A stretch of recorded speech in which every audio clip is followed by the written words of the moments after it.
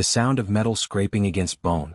A blood-curdling scream echoes through the silence of a cold February night. Bryan Freeman stands over his lifeless mother, a knife still gripped tightly in his hand. Across the room, his younger brother, Erik, lies motionless, the weight of the bat still heavy in his grasp. In a small, quiet home in Salisbury Township, Pennsylvania, what should have been a normal night ended in chaos and brutality. Dennis and Brenda Freeman, parents who had spent their lives trying to steer their children toward faith, could never have prepared for the horror that awaited them.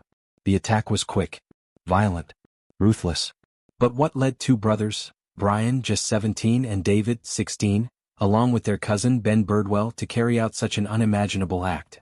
This wasn't just a random act of violence. It wasn't a robbery gone wrong. This was something deeper. Something far darker. A story of radicalization, hate, and a family torn apart by the very people they loved. Stay with me as we uncover the chilling truth behind the Freeman family murders, the motive, the madness, and the consequences that would change a community forever. In the quiet suburbs of Salisbury Township, Pennsylvania, the Freeman family appeared to lead a peaceful, devout life. Dennis and Brenda Freeman, both in their late 40s, were lifelong members of the Jehovah's Witnesses. Dennis worked as a janitor at a local high school, while Brenda dedicated herself to homemaking and raising their three sons, Bryan, David, and Erik. Their home, a modest brick house on Eretz Lane, was a sanctuary of faith and discipline. But beneath the surface, tension simmered.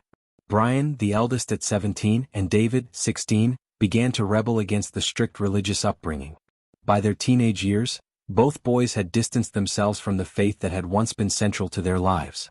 They started to embrace a darker path, one that would lead them far from the values their parents had instilled. Their transformation was not subtle. Bryan and David shaved their heads, donned military-style clothing, and immersed themselves in neo-Nazi ideology. Bryan had the word berserker tattooed across his forehead, while David bore the phrase Sieg Heil above his eyebrows. They adopted the skinhead subculture, a far cry from the disciplined, faith-driven life their parents had envisioned for them. The Freeman family was not blind to these changes. Brenda, in particular, was deeply concerned. She reached out to counselors and psychologists, seeking help for her sons. She even convinced Bryan and David to attend anti-skinhead education sessions run by the police. But her efforts were in vain. The boys' descent into extremism continued unabated. The situation escalated further when Bryan was suspended from Salisbury High School for drawing racist images in a book. Just days before the murders, he had an altercation with the school principal, during which he threatened violence using an anti-Semitic slur. These incidents were not isolated. They were part of a pattern of escalating aggression and defiance. As the family's attempts to intervene failed, the tension within the household reached a breaking point. The Freemans made a drastic decision. They sold the car that Bryan and David had used to travel to neo-Nazi gatherings, hoping to curb their involvement in the extremist movement. But this action only fueled the boys' anger. Bryan reportedly told a neighbor that if he had been awake when the car was sold, he would have killed his parents. The final straw came when Brenda confronted the boys and their cousin, Ben Birdwell, about their behavior. An argument ensued, and in a fit of rage, Bryan attacked his mother, stabbing her repeatedly. David and Birdwell then turned on Dennis and Erik, bludgeoning them to death. The brutality of the murders shocked the community and left a lasting scar on all who knew the Freeman family. But what drove Bryan and David to commit such a heinous act? Was it the influence of the extremist ideology they had embraced? Or were there deeper, more personal factors at play? In the next segment, we'll delve into the chilling details of the murders and the aftermath that followed. Stay with us as we uncover the truth behind the Freeman family tragedy. As the darkened streets of Salisbury Township remained silent, a hidden storm brewed within the walls of the Freeman household. The two young men, Bryan and David Freeman, who should have been looking toward a future shaped by family and faith, were instead drawn to something far darker, a belief system built on hatred and fear. How does a child, raised in a home of love and religious devotion, become so consumed by violence? The answer lies in the brothers' search for identity, an identity they found within the embrace of neo-Nazi ideology. This wasn't a simple act of rebellion or teenage angst. This was a deliberate, toxic transformation. Bryan Freeman, the older of the two brothers, had been showing signs of radical thinking for years. Even as a teenager, he would clash with his parents over his increasingly hateful views. What started as minor acts of defiance, skipping school, shouting racist slurs, quickly escalated. By the time Bryan turned 16, he was well beyond just rejecting his parents' faith. He had adopted a full-fledged neo-Nazi ideology, one that would set him on a collision course with his own family. David Freeman, just 15 at the time, followed in his brother's footsteps. For him, it was about loyalty to Bryan. But it wasn't just a phase. It was a deeper indoctrination fed by hate-filled literature, violent rhetoric from far-right extremists, and online communities that praised the likes of Adolf Hitler and white supremacy. Their rebellion was no longer just about rejecting the rules, it was about embracing destruction. But how did it get to this point? At home, Dennis and Brenda Freeman could see the changes. They watched as their sons became more withdrawn, their personalities hardened by what seemed like a growing obsession with a worldview that had no place in their religious, loving home. Brenda, in particular, was alarmed. She was desperate to stop them from slipping further into this abyss. In one disturbing instance, Bryan, who had always been a talented artist, drew pictures that were filled with racist imagery and Nazi symbols. When he presented them to his mother, she was horrified. How could the son she loved be responsible for such vile depictions? But this was only the tip of the iceberg. Brenda and Dennis Freeman tried everything they could. They reached out for help, seeking counsel from professionals and even contacting groups like the Anti-Defamation League, hoping to find a way to stop their son's descent into extremism. They took Bryan to see therapists, but nothing seemed to work. Instead, the brothers' beliefs only grew stronger. And then came the tipping point. In 1994, Bryan was suspended from his high school for drawing disturbing pictures of swastikas and racially motivated violence. It wasn't a cry for attention, it was a statement. A declaration of loyalty to the neo-Nazi world he had come to idolize. His parents, heartbroken, tried once again to intervene, but the damage was done. Dennis Freeman, a man who had worked hard his entire life to keep his family together, had no idea how to stop this. Their attempts to bring Bryan and David back from the edge were met with more hostility, more hatred. The boys now saw their parents as weak, as obstacles to the new life they wanted to live. A life that didn't include them. And in a final chilling warning, Bryan told his parents in no uncertain terms, "I'll kill you before I let you stop me." By the time the brothers' radicalization reached its peak, it wasn't just an ideological battle. It had become a battle for control. And Bryan had convinced David to stand with him. But this wasn't the only thing growing within the family. Something much darker was on the horizon. As their plans grew more concrete, the brothers began to look for the one thing they needed to carry out their vision of destruction: weapons. And the night they chose to carry out their revenge would leave a trail of blood that would never be erased. How did they plan to end it all? What was their final move? Stay with us as we uncover the chilling truth about the Freeman family murders in the next chapter. What drove them to kill their parents and younger brother? The answers lie in the brutal execution that would follow. Before we dive into the tragic events that followed, let me know your thoughts in the comments. Do you think it was possible for Dennis and Brenda to save their sons from this path? And don't forget to hit the like button if you want to know more about the shocking twists in this story. Make sure you're subscribed so you don't miss the next part of the Freeman family saga. It's February 26, 1995. The clock strikes midnight in the Freeman household. Inside the small, modest home in Salisbury Township, Dennis and Brenda Freeman, along with their children, Bryan, David, and 11-year-old Erik, should have been fast asleep, but tonight, everything was about to change. For weeks, tension had been building inside the house. The boys, especially Bryan, had been growing more distant, consumed by their radical views. Their parents, concerned by their increasing association with neo-Nazi groups and violent rhetoric, had tried everything to intervene. They had sought help from counselors, tried to understand their son's increasingly hateful views, but nothing seemed to stop their descent into darkness. The family was slipping through their fingers. Dennis and Brenda Freeman had no idea that the rebellion they feared would soon turn into something unthinkable. It began with an argument. Bryan had spent the night in his room, brooding over his hatred for his parents. He had been suspended from school just a few days before, caught drawing disturbing racist pictures. His parents had confronted him, but Bryan felt cornered, trapped, and more resentful than ever. They had threatened him with severe punishment, but to him their rules were meaningless.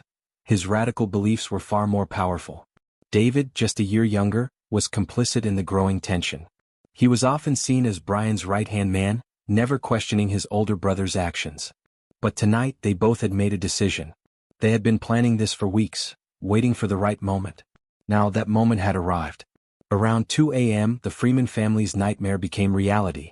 Bryan, David, and their cousin Ben Birdwell, who had come over to spend the night, silently entered the parents' bedroom.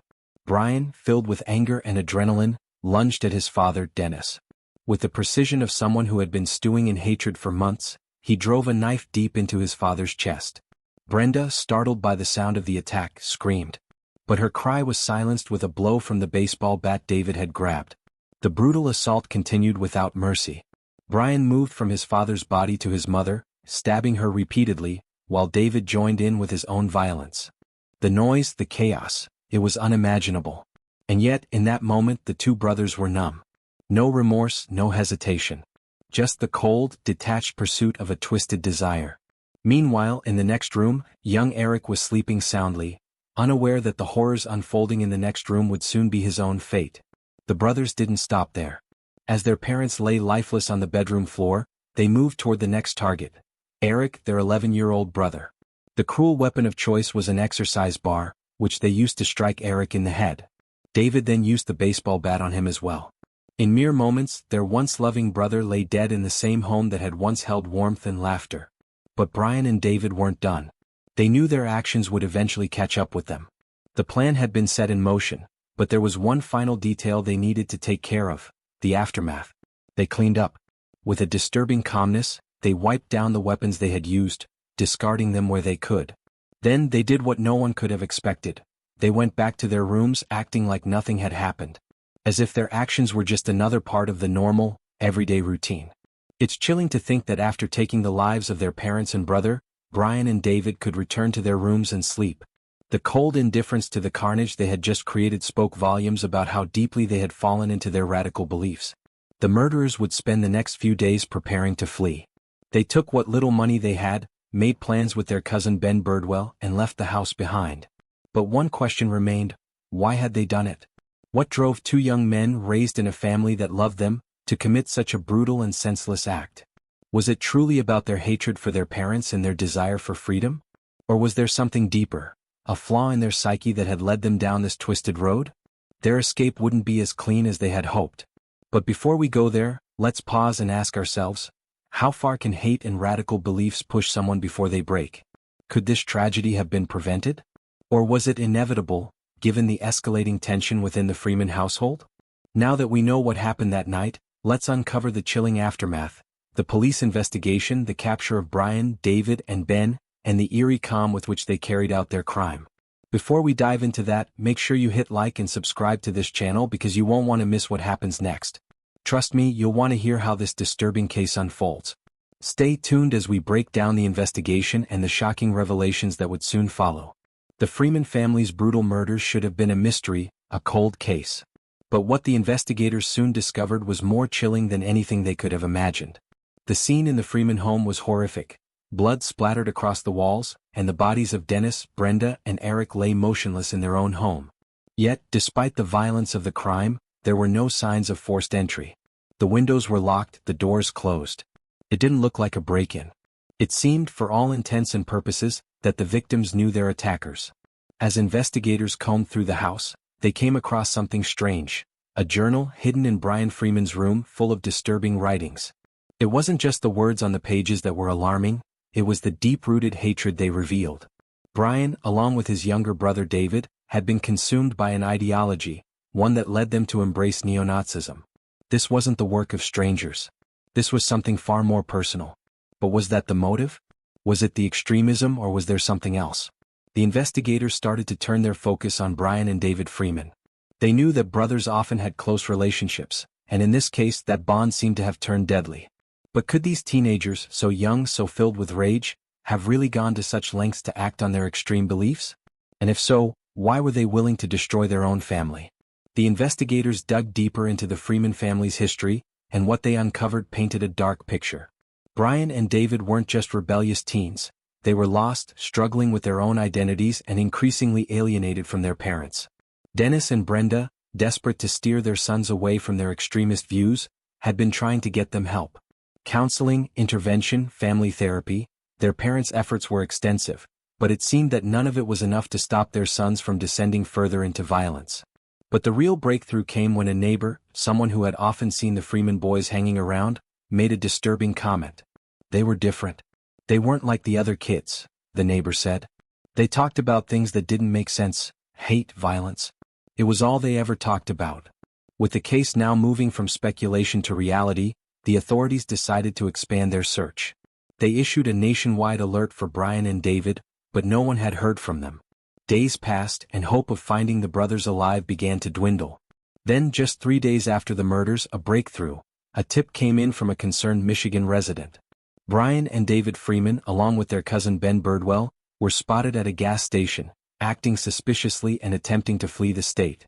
The local police in Michigan, alerted to the situation, tracked down the trio at a nearby motel, where they were arrested without resistance. The authorities were relieved. Finally, the killers were in custody. But what would they find in their interrogation? Was there a deeper, more twisted motive? And most importantly, who was really behind the murders? Bryan and David's arrest did not come with immediate confessions. The investigators had to work hard to get the truth. In their first interviews, the brothers were tight-lipped, offering nothing more than vague answers.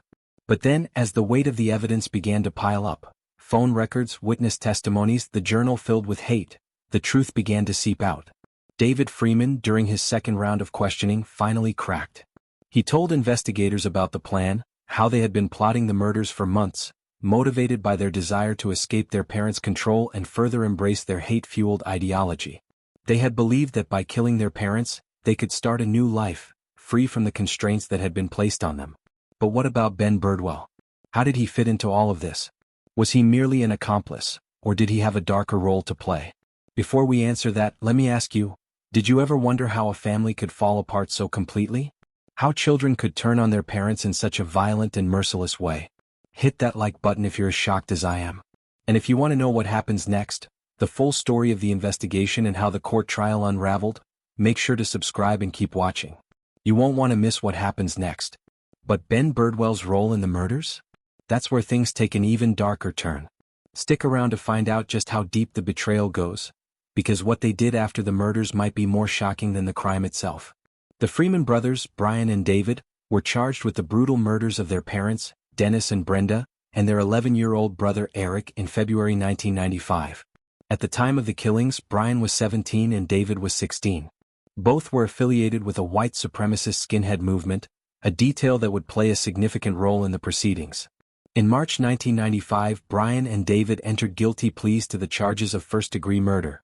Bryan pleaded guilty to the murder of his mother, Brenda, while David pleaded guilty to the murder of his father, Dennis. Their cousin, Ben Birdwell, was tried separately and convicted of the murder of Dennis Freeman. However, none of the three were convicted in the murder of Erik Freeman. The trial was marked by emotional testimonies from family members and experts. Bryan's defense team argued that he had been influenced by his brother's radical beliefs and that his actions were a result of coercion. David's attorney presented evidence of a troubled upbringing, including substance abuse issues and a history of mental health problems, to explain his client's involvement in the murders. The prosecution, however, painted a different picture. They described the brothers as cold-blooded killers who had embraced a violent ideology and acted with premeditation. The brutal nature of the killings, using a steak knife, an aluminum baseball bat, a metal exercise bar and a wooden pickaxe handle, was highlighted as evidence of their intent and lack of remorse. In April 1995, both Bryan and David were sentenced to life in prison without the possibility of parole. The judge emphasized the severity of the crimes and the need for justice for the victims. The sentences were met with mixed reactions from the community. Some felt that the punishment was justified, given the heinous nature of the murders, while others believed that the brothers' age and circumstances warranted a more lenient sentence. The case remained in the public eye for years, with discussions about juvenile sentencing and the influence of extremist ideologies on young minds. In 2014, the U.S. Supreme Court ruled that mandatory life sentences without the possibility of parole for juveniles were unconstitutional. This decision led to resentencing hearings for individuals like Bryan and David Freeman, who had been sentenced as juveniles. In February 2024, a Lehigh County judge resentenced Bryan and David Freeman to terms of 60 years to life. Both had served just under 3 decades in prison and would be in their 70s before they would be eligible for parole. During the resentencing, Bryan expressed deep remorse and took responsibility for what he called a terrible crime. He stated, "Everyone deserves to live a safe, happy life free of violence and pain, and I took that away from." David's attorney argued that his client was acting, and that he should not be held solely responsible for the murders. The defense also presented evidence of David's troubled upbringing and mental health issues to support their argument for a reduced sentence. The resentencing brought the case back into the public consciousness, sparking debates about justice, redemption, and the possibility of parole for individuals who committed heinous crimes at a young age. While some believed that the brothers had served enough time and deserved a chance at parole, others felt that their crimes were too severe to warrant any leniency. As the brothers continue to serve their sentences, the questions remain: can individuals change? Should the severity of a crime committed in youth overshadow the possibility of redemption?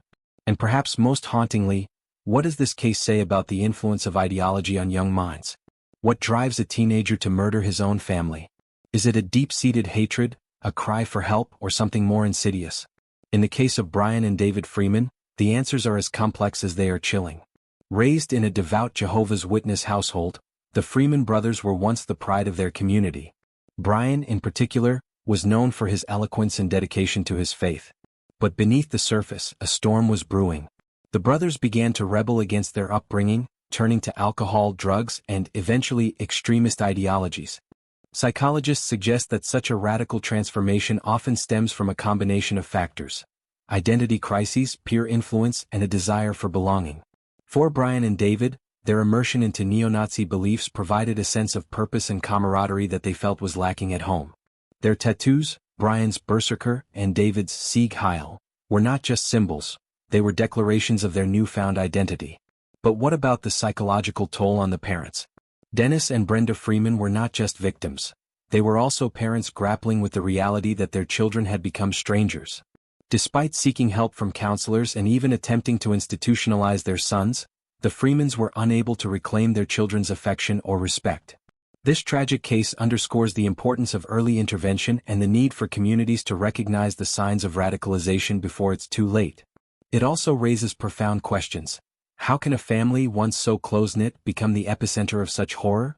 And what can be done to prevent similar tragedies in the future? The Freeman family's brutal murders left a scar on Salisbury Township that would never fully heal. In the wake of the tragedy, questions lingered. How did two young men once raised in a devout household become perpetrators of such heinous acts? What does this say about the dangers of unchecked radicalization? And perhaps most hauntingly, could this tragedy have been prevented? The emotional toll. The immediate aftermath was one of shock and disbelief. Neighbors and friends struggled to comprehend how the Freeman brothers, Bryan and David, could commit such violence. Valerie Freeman, Dennis's sister, discovered the bodies the day after the murders. The scene was described as one of the most brutal acts of murder coroners had ever seen. The faces of both Dennis and Erik were beaten and bludgeoned so severely that they were nearly beyond recognition. Psychological and societal impact. Experts delved into the psychological profiles of the brothers, seeking to understand the factors that led to the murders. Bryan and David had embraced a neo-Nazi ideology, evident in their tattoos and affiliations. Their descent into extremism had been marked by escalating violence and threats, including a prior incident where Bryan had threatened to kill his parents over a dispute. The family's efforts to intervene, including contacting counselors and organizations like the Anti-Defamation League, were unsuccessful. This case highlighted the dangers of hidden lives and the devastating impact of secrets kept within families. Legal repercussions. In 1995, Bryan and David Freeman, along with their cousin Ben Birdwell, were arrested and charged with the murders. Bryan pleaded guilty to Brenda's murder, while David pleaded guilty to Dennis's murder. Birdwell was convicted of Dennis's murder after DNA testing matched blood on his t-shirt to Dennis. All three were sentenced to life in prison without the possibility of parole. In 2014, the U.S. Supreme Court ruled that mandatory life sentences without parole for juveniles were unconstitutional. As a result, Bryan and David Freeman were resentenced to 60 years to life, making them eligible for parole in 2055. Cultural and media impact. The case garnered national attention and was featured in various media outlets. True crime author Fred Rosen wrote a book called Blood Crimes, which detailed the story of the Freeman brothers and the history of the Freeman family. In 2014, the story was featured in the documentary series Killer Kids. In 2022, the murders were recounted on the Oxygen series Killer Siblings episode, Freemans. Ongoing questions. The Freeman family murders continue to raise questions about the influence of ideology on behavior, the effectiveness of intervention strategies, and the complexities of family dynamics. As Bryan and David Freeman approach their eligibility for parole, the community and the public at large are left to ponder. Can rehabilitation truly erase the scars of such a crime? And what lessons can be learned to prevent future tragedies? The Freeman family's tragedy serves as a stark reminder of the profound impact that unchecked radicalization can have on individuals and families. Bryan and David Freeman, along with their cousin Ben Birdwell, were not born into violence. They were shaped by their environment, their choices, and the ideologies they embraced.